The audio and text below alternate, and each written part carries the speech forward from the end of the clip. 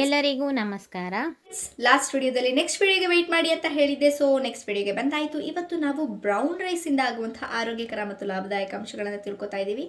So ಸಾಮಾನ್ಯವಾಗಿ ಹೆಚ್ಚಾಗಿ brown rice ಅಂದ ತಕ್ಷಣ ಎಲ್ಲರೂ ಡಯಟ್ ಮಾಡೋರಿಗೆ ಅದು ಇನ್ಯಾರು ತಿನ್ನೋಕೆ ಹೋಗಬಾರ್ದು ಅಂತ ತಲೆಗೆ ಬಂದ್ಬಿಟ್ಟಿರುತ್ತೆ. ಸೊ ಅದನ್ನು ಹೇಳಿ ಹೇಳಿ ಹಾಗೆ ಅಭ್ಯಾಸ ಮಾಡಿಬಿಟ್ಟಿರ್ತಾರೆ. ಬರೀ ಫುಡ್ ಕಂಟ್ರೋಲರ್ ಇರೋರಿಗೆ ಸಣ್ಣ ಆಗಬೇಕಂತ ಇರೋರು ಮಾತ್ರ ಬ್ರೌನ್ ರೈಸ್ ತಿನ್ನಬೇಕು, ನಾವೆಲ್ಲ ಕಾಮನ್ ಆಗಿರೋರು ತಿಂದ್ಬಿಟ್ರೆ ಏನೇನೋ ಆಗ್ಬಿಡುತ್ತೆ ಅಂತೆಲ್ಲ ಅಂದ್ಕೊಂಡಿರ್ತಾರೆ. ಸೊ ನಿಮ್ಮ ತಪ್ಪು ಹೇಗೆ ಇವತ್ತು ಉತ್ತರ ಸಿಗುತ್ತೆ. ಏನಕ್ಕೆ ನಾವು ಬ್ರೌನ್ ರೈಸ್ನ ತಿನ್ನಬೇಕು, ಅದರಿಂದ ನಮ್ಮ ದೇಹಕ್ಕೆ ಏನು ಲಾಭ ಸಿಗುತ್ತೆ. ಸೊ ಇದು ಬರೀ ಅವರು ಡಯಟ್ ಮಾಡೋರಿಗೆ ಮಾತ್ರನಾ, ಬೇರೆಯವ್ರು ತಿಂದರೆ ಏನಾಗ್ಬಿಡುತ್ತೆ. ಸೊ ಇದ್ರ ಬಗ್ಗೆ ಎಲ್ಲ ಕನ್ಕ್ಲೂಷನ್ನು ಕೊಡ್ತೀನಿ, ಎಲ್ಲ ಕ್ವಶನ್ಸ್ಗೆ ಆನ್ಸರ್ ಮಾಡ್ತೀನಿ. ಅದಕ್ಕೂ ಮುಂಚೆ ನೀವು ನಮ್ಮ ಚಾನಲ್ಗೆ ಸಬ್ಸ್ಕ್ರೈಬ್ ಆಗಿಲ್ಲ ಅಂತಂದರೆ ಈ ಕೂಡಲೇ ನಮ್ಮ ಚಾನಲ್ಗೆ ಸಬ್ಸ್ಕ್ರೈಬ್ ಆಗಿ, ಹಾಗೂ ಮುಂಬರುವ ವಿಡಿಯೋಗಳು ನಿಮಗೆ ಮೊದಲು ತಲುಪಲು ಪಕ್ಕದಲ್ಲಿರೋ ಬೆಲ್ ಐಕಾನ್ ಕೂಡ ಪ್ರೆಸ್ ಮಾಡಿ. ಪ್ರೆಸ್ ಮಾಡಾದ್ಮೇಲೆ ವಿಡಿಯೋನ ಕಂಪ್ಲೀಟಾಗಿ ನೋಡಿ, ಓಕೆನಾ. ಫಸ್ಟು ಇದನ್ನು ನಾವು ಏನಕ್ಕೆ ತಿನ್ನಬೇಕು, ಇದರಲ್ಲಿ ಯಾವ್ಯಾವ ಅಂಶಗಳಿದೆ ಅಂತಂದರೆ ಹೆಚ್ಚಾಗಿ ಫೈಬರ್ ಅಂಶ ಇರುತ್ತೆ, ಮತ್ತು ಸ್ವಲ್ಪ ಕ್ಯಾಲ್ಶಿಯಮು ಇರುತ್ತೆ, ಕ್ಯಾಲೋರೀಸ್ ಕಮ್ಮಿ ಇರುತ್ತೆ. ಮೇನ್ಲಿ ಕ್ಯಾಲೋರೀಸ್ ಕಮ್ಮಿ ಇರೋದ್ರಿಂದನೇ ಬ್ರೌನ್ ರೈಸ್ನ ಹೆಚ್ಚಾಗಿ ಎಲ್ಲರೂ ತಿನ್ನೋದಕ್ಕೆ ಟ್ರೈ ಮಾಡ್ತಾರೆ. ಸೊ ಅದನ್ನು ತಿಂದರೆ ವೆಯ್ಟ್ ಲಾಸ್ ಮಾಡೋದಕ್ಕೂ ತುಂಬ ಹೆಲ್ಪ್ಫುಲ್ ಅಂತ ಹೇಳ್ಬೋದು. ಸೊ ಇಷ್ಟೆಲ್ಲ ಇರುವಂತಹ ಬ್ರೌನ್ ರೈಸನ್ನು ನಾವು ಮಧ್ಯಾಹ್ನದ ಹೊತ್ತು ಹೆಚ್ಚಾಗಿ ತಿಂತಾ ಬಂದರೆ ವೆಯ್ಟ್ ಲಾಸ್ ಮಾಡೋದಕ್ಕೆ, ಫಸ್ಟ್ ನಿಮ್ಮ ಕ್ವಶನ್ಗೆ ಕ್ಲಾರಿಟಿ ಕೊಟ್ಬಿಡ್ತೀನಿ. ವೆಯ್ಟ್ ಲಾಸ್ ಮಾಡೋದಕ್ಕೆ ತುಂಬ ಹೆಲ್ಪ್ಫುಲ್ ಅಂತ ಹೇಳ್ಬೋದು. ಕ್ಯಾಲೋರೀಸ್ ಕಮ್ಮಿ ಇರುತ್ತಲ್ಲ, ಅದರಿಂದ ಅಷ್ಟೇ ವೆಯ್ಟ್ ಲಾಸ್ ಮಾಡೋದಕ್ಕೆ ತುಂಬ ಹೆಲ್ಪ್ಫುಲ್ಲು ಈ ಬ್ರೌನ್ ರೈಸು. ಸೊ ಡಯಟ್ ಮಾಡೋರು ಕಂಪಲ್ಸರಿ ಈ ಬ್ರೌನ್ ರೈಸನ್ನು ತಿಂತಾರೆ. ಸೊ ನೀವು ಕೂಡ ಡಯಟ್ ಮಾಡೋದಿದ್ದರೆ ಪ್ರತಿನಿತ್ಯ ಬ್ರೌನ್ ರೈಸನ್ನು ತಿನ್ನೋದು ಉತ್ತಮ ಅಂತ ಹೇಳಬಹುದು. ಸೊ ಮುಖ್ಯವಾಗಿ ತೂಕ ಇಳಿಸೋದಕ್ಕೆ ಅಂತ ಹೇಳಿದೆ ಅಲ್ವಾ. ತೂಕ ಯಾವಾಗ ಹೆಚ್ಚಾಗೋದು ಅಂತಂದರೆ ಅನ್ವಾಂಟೆಡ್ ಫುಡ್ಡು ಜಾಸ್ತಿ ನಾವೇನಾದ್ರು ತಿಂತಾ ಇದ್ದರೆ ಅದು ಸ್ಟೋರ್ ಆಗಿ ಕೊಲೆಸ್ಟ್ರಾಲ್ ಆಗಿ ಕನ್ವರ್ಟ್ ಆಗಿ ಅದು ತೂಕ ಹೆಚ್ಚಾಗುತ್ತೆ. ಸೊ ದೇಹದ ತೂಕ ಇನ್ಕ್ರೀಸ್ ಆದ ಹಾಗೆ ಒಂದೊಂದೇ ಕಾಯಿಲೆಗಳು ನಮ್ಮನ್ನು ಬೆನ್ನು ಹಟ್ಟಿ ಬರ್ತಾ ಇರುತ್ತೆ. ಸೊ ಇದನ್ನೆಲ್ಲ ಅವಾಯ್ಡ್ ಮಾಡಬೇಕಂದ್ರೆ ನಮ್ಮ ವೆಯ್ಟನ್ನು, ನಮ್ಮ ಹೈಟಿಗೆ ತಕ್ಕ ಹಾಗೆ ವೆಯ್ಟನ್ನು ಮೇಂಟೈನ್ ಮಾಡಬೇಕು, ಮತ್ತು ಫಿಟ್ನೆಸ್ ಕ್ಲಾಸಸ್ಗೆ ಹೋಗಬೇಕು, ಫಿಟ್ಟಾಗಿ ಆ್ಯಂಡ್ ಫೈನ್ ಆಗಿರಬೇಕು. ಸೊ ಇದನ್ನೆಲ್ಲ ನಾವು ಮೇಂಟೈನ್ ಮಾಡಬೇಕಂತಂದರೆ ಸ್ವಲ್ಪ ಡಯೆಟ್ಟು ಆವಾಗವಾಗ ಡಯಟ್ ಮಾಡಬೇಕಾಗತ್ತೆ. ವೆಯ್ಟ್ ಜಾಸ್ತಿ ಆದಾಗ ವೆಯ್ಟ್ ಲಾಸ್ ಮಾಡೋದಕ್ಕೆ, ಅಥವಾ ವೆಯ್ಟ್ ಕಮ್ಮಿ ಆದಾಗ ವೆಯ್ಟ್ ಇನ್ಕ್ರೀಸ್ ಮಾಡೋದಕ್ಕೆ ಯೋಗ, ಧ್ಯಾನ, ಎಕ್ಸಸೈಸ್ ಇವೆಲ್ಲ ಮಾಡಬೇಕಾಗತ್ತೆ. ಸೊ ಸಜೆಸ್ಟ್ ಮಾಡ್ತಾ ಇದ್ದೀನಿ. ಸೊ ಟ್ರೈ ಮಾಡಿ. ನಾನು ಕೂಡ ಪ್ರತಿನಿತ್ಯ ಬ್ರೌನ್ ರೈಸನ್ನು ತಿನ್ನೋದಕ್ಕೆ ಟ್ರೈ ಮಾಡಿದ್ದೀನಿ. ಸ್ವಲ್ಪ ಫಿಟ್ನೆಸ್ ಕೂಡ ಮೇಂಟೈನ್ ಮಾಡ್ತಾ ಇದ್ದೀನಿ. ಸೊ ನೀವು ಕೂಡ ಡಯಟ್ ಮಾಡಬೇಕು ಅಂತ ಇದ್ದರೆ, ನೀವೇನಾದರೂ ಡಯಟ್ ಮಾಡಬೇಕಂತ ಇದ್ದರೆ, ವೆಯ್ಟ್ ಲಾಸ್ ಮಾಡಬೇಕಂತ ಅನಿಸಿದ್ರೆ ಪ್ರತಿನಿತ್ಯ ಇದನ್ನು ತಿಂತಾ ಬನ್ನಿ. ಬ್ರೌನ್ ರೈಸ್ನ ಗುಡ್ ರಿಸಲ್ಟ್ನ ಬೇಗ ಪಡಿಬಹುದು. ಜೀರ್ಣಕ್ರಿಯೆ ಚೆನ್ನಾಗಾಗುತ್ತೆ. ಸೊ ಯಾಕೆಂದರೆ ಇದರಲ್ಲಿ ನಾರಿನಂಶ ಇರುತ್ತೆ, ಕರಗುವಂತಹ ನಾರು ಇದರಲ್ಲಿ ಇರೋದ್ರಿಂದ ಜೀರ್ಣಕ್ರಿಯೆ ಚೆನ್ನಾಗಾಗುತ್ತೆ. ತಿಂದಿರುವಂತಹ ಫುಡ್ಡನ್ನು ನೀಟಾಗಿ ಡೈಜೆಸ್ಟ್ ಮಾಡುತ್ತೆ. ಸೊ ಡೈಜೆಷನ್ ಚೆನ್ನಾಗ್ತಾ ಇದೆ ಅಂತಂದರೆ ಯಾವುದೇ ಹೆಲ್ತ್ ಇಶ್ಯೂಸ್ ಬರೋದಿಲ್ಲ. ಮತ್ತು ಹೊಟ್ಟೆ ಕಟ್ಟೋದಾಗಿರಲಿ, ಹೊಟ್ಟೆ ಉರಿಯೋದಾಗಿರಲಿ, ಗ್ಯಾಸ್ಟ್ರಿಕ್ ಸಮಸ್ಯೆ ಆಗಿರಬಹುದು, ಮತ್ತು ಎದೆ ಉರಿ ಆಗಿರಬಹುದು, ಇದನ್ನೆಲ್ಲ ಅವಾಯ್ಡ್ ಮಾಡೋದಕ್ಕೆ ಬೆಸ್ಟ್ ಸೊಲ್ಯೂಷನನ್ನು ಕೊಡುತ್ತೆ brown rice. So brown rice ಇನ್ನೇನು ಹೆಲ್ಪ್ ಮಾಡುತ್ತೆ ಅಂತ ಹೇಳೋದಾದರೆ ಕೊಲೆಸ್ಟ್ರಾಲನ್ನು ಡಿಕ್ರೀಸ್ ಮಾಡೋದಕ್ಕೆ, ಬ್ಯಾಡ್ ಕೊಲೆಸ್ಟ್ರಾಲನ್ನು ಡಿಕ್ರೀಸ್ ಮಾಡೋದಕ್ಕೆ ತುಂಬಾ ಹೆಲ್ಪ್ಫುಲ್ ಅಂತ ಹೇಳ್ಬೋದು. ಸೊ ಸೈಂಟಿಫಿಕಲಿ ಕೂಡ ಪ್ರೂವ್ ಆಗಿದೆ ಈಗಾಗಲೇ. ಹೆಚ್ಚಾಗಿ ಬ್ರೌನ್ ರೈಸನ್ನು ತಿಂತಾ ಬಂದರೆ ಬ್ಯಾಡ್ ಕೊಲೆಸ್ಟ್ರಾಲನ್ನು ಕಮ್ಮಿ ಮಾಡುತ್ತೆ. ಸೊ ಮತ್ತೆ ಅದೇ ಹೇಳ್ಬೋದು, ತೂಕ ಕಮ್ಮಿ ಮಾಡೋದಕ್ಕೆ.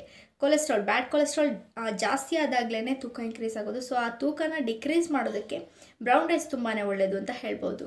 ಬ್ಯಾಡ್ ಕೊಲೆಸ್ಟ್ರಾಲ್ನ ಡಿಕ್ರೀಸ್ ಮಾಡುತ್ತೆ ಅಂತ ಹೇಳಿದೆ ಅಲ್ವಾ, ಅದರಂತೆ ಗುಡ್ ಕೊಲೆಸ್ಟ್ರಾಲನ್ನು ಕೂಡ ಒಂದು ಲೆವೆಲಿಗೆ ತರೋದಕ್ಕೆ ತುಂಬ ಹೆಲ್ಪ್ಫುಲ್ ಅಂತ ಹೇಳ್ಬೋದು.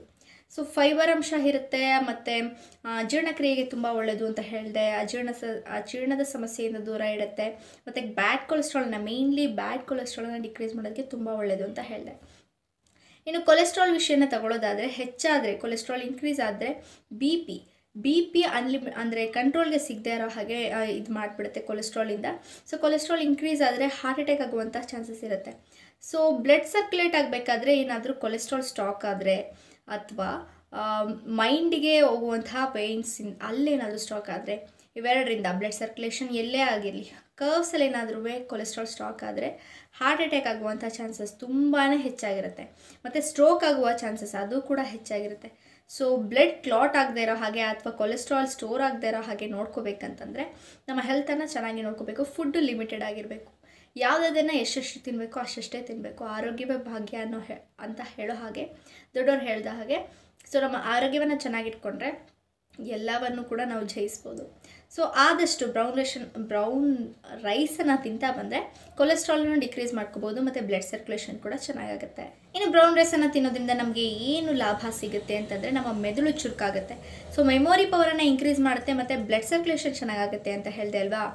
ಬ್ರೈನ್ಗೆ ಸಂಬಂಧಿತ ವೇನ್ಸ್ಗಳನ್ನು ಅಂದರೆ ನರಗಳಲ್ಲಿ ಬ್ಲಡ್ ಸರ್ಕ್ಯುಲೇಷನ್ ಚೆನ್ನಾಗಿ ಆಗ್ತಾ ಇದೆ ಅಂತಂದರೆ ನಮ್ಮ ಬ್ರೈನ್ ಕೂಡ ಶಾರ್ಪ್ ಆಗಿರುತ್ತೆ, ಮೈಂಡ್ ಫ್ರೆಶ್ ಆಗಿರುತ್ತೆ, ಮತ್ತು ಜ್ಞಾಪಕ ಶಕ್ತಿಯನ್ನು ಎಂಕರೇಜ್ ಮಾಡುತ್ತೆ. ಗ್ರಾಸ್ಪಿಂಗ್ ಪವರ್ ಅಂದರೆ ಹೇಳಿದ ತಕ್ಷಣ ಅದನ್ನು ಕ್ಯಾಚ್ ಮಾಡುವಂತಹ ಪವರ್ ಜಾಸ್ತಿ ಆಗುತ್ತೆ. ಸೊ ಇದನ್ನೆಲ್ಲ ಬ್ರೈನ್ಗೆ ಸಂಬಂಧಪಟ್ಟಂತಹ ಎಲ್ಲ ಪವರನ್ನು ಕೊಡೋದಕ್ಕೆ ಬ್ರೌನ್ ರೈಸ್ ತುಂಬಾ ಒಳ್ಳೆಯದು ಅಂತ ಹೇಳಬಹುದು. ಮೆದುಳು ಚುರುಕಾಗೋದಷ್ಟೇ ಅಲ್ಲದೆ ನಮಗೆ ಯೋಚನಾ ಶಕ್ತಿಯನ್ನು ಇನ್ಕ್ರೀಸ್ ಮಾಡೋದಕ್ಕೆ ತುಂಬ ಹೆಲ್ಪ್ಫುಲ್ ಅಂತ ಹೇಳ್ಬೋದು. ಇನ್ನು ಬ್ರೌನ್ ರೈಸ್ನಲ್ಲಿರುವಂತಹ ಕಾರ್ಬೋಹೈಡ್ರೇಟ್ಸ್ ನಿಧಾನವಾಗಿ ರಿಲೀಸ್ ಆಗಿ ಶುಗರ್ ಕಂಟೆಂಟ್ನು ಕೂಡ ರಿಲೀಸ್ ಮಾಡುತ್ತೆ. ಸೊ ಇದರಿಂದ ನಮ್ಮ ದೇಹ ಕೂಡ ಆರೋಗ್ಯವಾಗಿರುತ್ತೆ. ಮತ್ತು ಬ್ರೌನ್ ರೈಸನ್ನು ತಿಂತಾ ಬಂದರೆ ಫ್ರೀ ರ್ಯಾಡಿಕಲ್ ವಿರುದ್ಧ ಹೋರಾಡಿ ಕ್ಯಾನ್ಸರ್ ಅಂತಹ ದೊಡ್ಡ ಮಾರಕ ಕಾಯಿಲೆಗಳಿಂದ ದೂರ ಇಡೋದಕ್ಕೆ ತುಂಬ ಹೆಲ್ಪ್ಫುಲ್ ಅಂತ ಹೇಳ್ಬೋದು. ಮತ್ತು ಕ್ಯಾನ್ಸರ್ ಬಂದಿದ್ರೂ ಕೂಡ ಅದನ್ನು ಅವಾಯ್ಡ್ ಮಾಡೋದಕ್ಕೂ ಕೂಡ ತುಂಬಾ ಒಳ್ಳೆಯದು ಅಂತ ಹೇಳ್ಬೋದು. ಸೊ ಆದಷ್ಟು ಹೆಚ್ಚಾಗಿ ಬ್ರೌನ್ ರೈಸನ್ನು ತಿಂತಾ ಬಂದರೆ ಹೃದಯಕ್ಕೆ ಸಂಬಂಧಿತ ಕಾಯಿಲೆಗಳನ್ನು ದೂರ ಇಡಬಹುದು, ಕ್ಯಾನ್ಸರ್ನ ನಿವಾರಣೆ ಮಾಡ್ಕೋಬಹುದು, ಕೊಲೆಸ್ಟ್ರಾಲನ್ನು ಡಿಕ್ರೀಸ್ ಮಾಡಬಹುದು. ಇದಲ್ಲದೆ ಗರ್ಭಿಣಿಯರು ಅಥವಾ ತಾಯಿ ಮಗುವಿಗೆ ಹಾಲು ಕುಡಿಸೋರು ಅಂದರೆ ಹಾಲಿನ ಪ್ರಮಾಣವನ್ನು ಇನ್ಕ್ರೀಸ್ ಮಾಡೋದಕ್ಕೂ ಕೂಡ ಬ್ರೌನ್ ರೈಸ್ ತುಂಬಾ ಒಳ್ಳೆಯದು ಅಂತ ಹೇಳ್ಬೋದು. ಮಗು ಮತ್ತು ತಾಯಿ ಕೂಡ ಇಬ್ಬರೂ ಆರೋಗ್ಯವಾಗಿರಬೇಕು ಅಂತಂದರೆ ಬ್ರೌನ್ ರೈಸನ್ನು ತಿನ್ನಿಸೋದು ತುಂಬಾ ಒಳ್ಳೆಯದು ಅಂತ ಹೇಳ್ಬೋದು. ಸೊ ಯಾವುದೇ ರೀತಿಯ ಸೈಡ್ ಎಫೆಕ್ಟ್ಸ್ ಕೂಡ ಆಗೋದಿಲ್ಲ. ಇನ್ನು ನರಮಂಡಲದ ವ್ಯವಸ್ಥೆಯನ್ನು ಚೆನ್ನಾಗಿ ಇಟ್ಕೊಳ್ಳುತ್ತೆ ಬ್ರೌನ್ ರೈಸನ್ನು ಹೆಚ್ಚಾಗಿ ತಿನ್ನೋದ್ರಿಂದ. ಅದರಲ್ಲಿರುವಂತಹ ಕೆಲವೊಂದು ಪೌಷ್ಟಿಕಾಂಶಗಳು ಪ್ರೋಟೀನ್ಸ್, ವಿಟಮಿನ್ಸ್, ಮ್ಯಾಂಗನೀಸ್, ಖನಿಜಾಂಶ ಇವೆಲ್ಲ ಅದರಲ್ಲಿ ಒಳಗೊಂಡಿರೋದ್ರಿಂದ ಕೆಲವೊಂದು ಪ್ರಮಾಣದಲ್ಲಿ ಅದಿರುತ್ತೆ. ಸೊ ಇವನ್ನೆಲ್ಲ ಒಳಗೊಂಡಿರುವಂತಹ ಬ್ರೌನ್ ರೈಸನ್ನು ನಾವು ಸೇವನೆ ಮಾಡೋದ್ರಿಂದ ನರಮಂಡಲವನ್ನು ಅಥವಾ ನರವ್ಯೂಹವನ್ನು ಚೆನ್ನಾಗಿಟ್ಕೊಳ್ಳೋದಕ್ಕೆ ತುಂಬ ಹೆಲ್ಪ್ಫುಲ್ ಅಂತ ಹೇಳ್ಬೋದು. ಇನ್ನು ನಿದ್ರಾಹೀನತೆ ಸಮಸ್ಯೆಯಿಂದ ಬಳಲ್ತಾ ಇದ್ದರೆ ಟೆನ್ಷನ್ಸ್, ವರ್ಕ್ ಪ್ರೆಷರ್ಸ್ ಆಗಿರಬಹುದು, ಫ್ಯಾಮಿಲಿ ಪ್ರಾಬ್ಲಮ್ಸ್ ಆಗಿರಬಹುದು, ಇದರಿಂದ ತಲೆ ಕೆಡಿಸ್ಕೊಂಡು ನಿದ್ರಾಹೀನತೆ ಸಮಸ್ಯೆ ಏನಾದರೂ ಬಂದಿದ್ದರೆ ಅದನ್ನು ಹೇಗಪ್ಪ ನಿವಾರಣೆ ಮಾಡೋದು ಅಂತಂದರೆ ಪ್ರತಿನಿತ್ಯ ಮಲಗಬೇಕಾದ್ರೆ ನೀವು ಮಾಮೂಲಿ ಅನ್ನದ ಬದಲು ವೈಟ್ ರೈಸ್ ಬದಲು ಬ್ರೌನ್ ರೈಸನ್ನು ತಿನ್ನೋದಕ್ಕೆ ಟ್ರೈ ಮಾಡಿ. ಸೊ ಪ್ರತಿನಿತ್ಯ ತಿಂತಾ ಬಂದರೆ ನಿಮಗೆ ನಿದ್ರಾಹೀನತೆ ಸಮಸ್ಯೆಯಿಂದ ದೂರ ಇರಬಹುದು, ಮೈಂಡ್ ಸ್ವಲ್ಪ ಫ್ರೆಶ್ ಆಗೂ ಇರುತ್ತೆ, ರಿಲ್ಯಾಕ್ಸ್ ಮೋಡನ್ನು ತರೋದಕ್ಕೆ ತುಂಬ ಹೆಲ್ಪ್ಫುಲ್ ಅಂತ ಹೇಳ್ಬೋದು. ಸೊ ಆರಾಮವಾಗಿ ನಿದ್ರೆ ಕೂಡ ಮಾಡಬಹುದು. ಸೊ ಫ್ರೀ ರ್ಯಾಡಿಕಲ್ ವಿರುದ್ಧ ಹೋರಾಡುತ್ತೆ ಅಂತ ಹೇಳಿದೆ ಅಲ್ವಾ. ಸ್ತನ ಕ್ಯಾನ್ಸರ್ ಇರೋರು ಈ ಬ್ರೌನ್ ರೈಸನ್ನು ತಿಂತಾ ಬಂದರೆ ದಿನೇ ನಿಮಗೆ ನೆಗೆಟಿವ್ ಆನ್ಸರನ್ನು ಕೊಡೋದಕ್ಕೆ ಅಂದರೆ ಸ್ತನ ಕ್ಯಾನ್ಸರ್ನ ನೆಗೆಟಿವ್ ಆನ್ಸರ್ ಕೊಡೋದಕ್ಕೆ ತುಂಬ ಹೆಲ್ಪ್ಫುಲ್ ಅಂತ ಹೇಳ್ಬೋದು. ಅಂದರೆ ಕ್ಯಾನ್ಸರ್ನ ಅವಾಯ್ಡ್ ಮಾಡೋದಕ್ಕೆ ತುಂಬ ಹೆಲ್ಪ್ಫುಲ್ ಅಂತ ಹೇಳ್ತಾರೆ. ಸೊ ಇದು ಬಿಟ್ಟರೆ ಇನ್ನೇನು ನಮಗೆ ಅದರಿಂದ ಲಾಭ ಸಿಗುತ್ತೆ ಬ್ರೌನ್ ರೈಸನ್ನು ತಿಂತಾ ಬಂದೆ ಅಂತಂದರೆ ಹೃದಯಕ್ಕೆ ಸಂಬಂಧಿತ ಕಾಯಿಲೆಗಳನ್ನು ನಿವಾರಣೆ ಮಾಡುತ್ತೆ. ಮತ್ತು ಗ್ಯಾಸ್ಟ್ರಿಕ್ ಟ್ರಬಲ್ ಆಗಿರಬಹುದು, ಗ್ಯಾಸ್ನ ಸಮಸ್ಯೆ ಆಗಿರಬಹುದು, ಅಜೀರ್ಣದ ಸಮಸ್ಯೆ ಆಗಿರ್ಬೋದು. ಈ ಥರ ಅಜೀರ್ಣದ ಸಮಸ್ಯೆ ಅಂತಂದರೆ ಜೀರ್ಣಕ್ರಿಯೆ ಸರಿಯಾಗಿಲ್ಲ ಅಂತಂದರೆ ಇವೆಲ್ಲ ಸಮಸ್ಯೆಗಳು ಎದುರಾಗುತ್ತೆ. ಸೊ ಇವನ್ನೆಲ್ಲ ನಿವಾರಣೆ ಮಾಡೋದಕ್ಕೆ ಒಂದು ಹೆಲ್ಪ್ಫುಲ್ ಆದಂಥ ಅಂಶಗಳನ್ನು ಪ್ರೊವೈಡ್ ಮಾಡೋದಕ್ಕೆ ಬ್ರೌನ್ ರೈಸ್ ತುಂಬಾ ಹೆಲ್ಪ್ಫುಲ್ ಅಂತ ಹೇಳ್ಬೋದು. ಇನ್ನು ಮಧುಮೇಹಿಗಳು ರೈಸನ್ನು ತಿನ್ನಬಾರ್ದು ಅಂತ ಹೇಳಿರ್ತಾರೆ. ಸೊ ಡಾಕ್ಟರ್ ಸಜೆಸ್ಟ್ ಮಾಡಿರ್ತಾರೆ. ಸೊ ಬ್ರೌನ್ ರೈಸನ್ನು ತಿಂತಾ ಬಂದರೆ ಶುಗರ್ ಕೂಡ ಒಂದು ಲೆವೆಲ್ಗೆ ಬರೋದಕ್ಕೆ ತುಂಬ ಹೆಲ್ಪ್ಫುಲ್ ಅಂತ ಹೇಳ್ಬೋದು. ಅಂದರೆ ಟೈಪ್ 2 ಇರುವಂತಹ ಮಧುಮೇಹಿಗಳು ಇದನ್ನು ತಿನ್ನೋದು ತುಂಬಾ ಒಳ್ಳೆಯದು ಅಂತ ಹೇಳ್ಬೋದು. ಆರೋಗ್ಯವನ್ನು ಚೆನ್ನಾಗಿ ಕೂಡ ನೋಡ್ಕೋಬೋದು.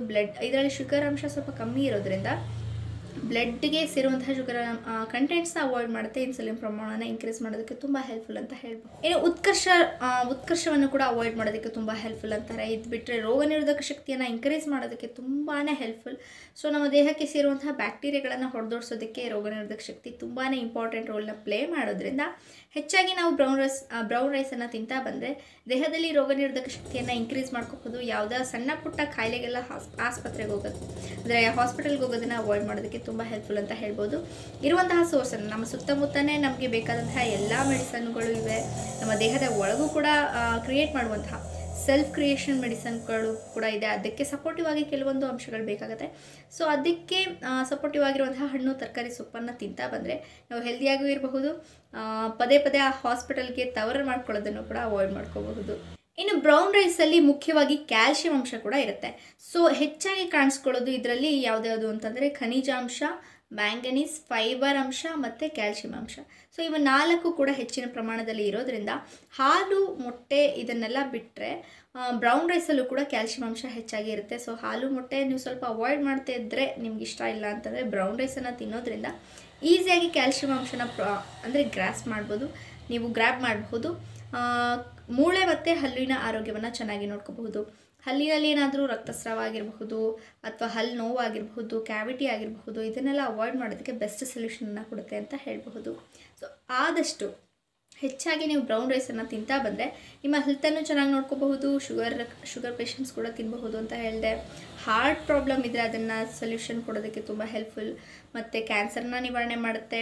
ಡಯಟ್ಗೆ ತುಂಬಾ ಮೇಯ್ನ್ ಬ್ರೌನ್ ರೈಸ್ ಆಗಿಬಿಟ್ಟಿದೆ ಇತ್ತೀಚಿನ ದಿನಗಳಲ್ಲಿ. ಸೊ ಡಯಟಲ್ಲಿರೋರು ಹೆಚ್ಚಾಗಿ ಬ್ರೌನ್ ರೈಸನ್ನು ತಿನ್ನೋದು ತುಂಬಾ ಒಳ್ಳೆಯದು ಅಂತ ಹೇಳ್ಬೋದು. ಯಾಕೆಂದರೆ ಕೊಲೆಸ್ಟ್ರಾಲನ್ನು ಕಡಿಮೆ ಮಾಡುತ್ತೆ. ಮುಖ್ಯವಾಗಿ ಕೊಲೆಸ್ಟ್ರಾಲ್ ಡಿಕ್ರೀಸ್ ಆಯಿತು ಅಂತಂದರೆ ಈಸಿಯಾಗಿ ವೆಯ್ಟ್ ಕೂಡ ಲಾಸ್ ಮಾಡ್ಕೋಬೋದು. ಇದು ಬಿಟ್ಟರೆ ನಮ್ಮ ಸ್ಕಿನ್ ಕೇರ್ ಕೂಡ ಮಾಡುತ್ತೆ. ಸೊ ಮತ್ತು ನಮ್ಮ ಹೆಲ್ತನ್ನು ಚೆನ್ನಾಗಿ ನೋಡ್ಕೊಳ್ಳುತ್ತೆ. ಇಷ್ಟೆಲ್ಲ ಅಡ್ವಾಂಟೇಜಸ್ ಇರುವಂತಹ ನಾವು ಬ್ರೌನ್ ರೈಸನ್ನು ನೆಗ್ಲೆಕ್ಟ್ ಮಾಡಿದ್ರೆ, ಬರೀ ಡಯಟ್ ಫುಡ್ ಇರೋರು ಮಾತ್ರ ತಿನ್ನಬೇಕು ಅಂತ ಅಂದ್ಕೊಂಡ್ರೆ ಅದು ತಪ್ಪು. ಸೊ ಗೊತ್ತಾದಮೇಲೆ ಈಗ ಬ್ರೌನ್ ರೈಸನ್ನು ತಿನ್ಬಹುದಲ್ವಾ, ಆದಷ್ಟು ತಿನ್ನೋದಕ್ಕೆ ಟ್ರೈ ಮಾಡಿ. ನಿಮ್ಮ ಹೆಲ್ತನ್ನು ಚೆನ್ನಾಗಿ ನೋಡ್ಕೊಳ್ಳಿ. ಸೊ ನೆಕ್ಸ್ಟ್ ವೀಡಿಯೋದಲ್ಲಿ ಇನ್ನಷ್ಟು ಹಣ್ಣು ತರಕಾರಿ ಸೊಪ್ಪಿನ ಬಗ್ಗೆ ಮಾಹಿತಿ ಕೊಡ್ತೀನಿ. ನೀವೇನು ನಮ್ಮ ಚಾನಲ್ಗೆ ಸಬ್ಸ್ಕ್ರೈಬ್ ಆಗಿಲ್ಲ ಅಂತಂದರೆ ಈ ಕೂಡಲೇ ನಮ್ಮ ಚಾನಲ್ಗೆ ಸಬ್ಸ್ಕ್ರೈಬ್ ಆಗಿ. ಹಾಗೂ ಈ ವಿಡಿಯೋಸ್ ಆಗಿದೆಲ್ಲ ಲೈಕ್ ಮಾಡಿ. ಏನಾದರೂ ಕ್ವಶನ್ಸ್ ಇದ್ದರೆ ಕಮೆಂಟ್ ಮಾಡಿ.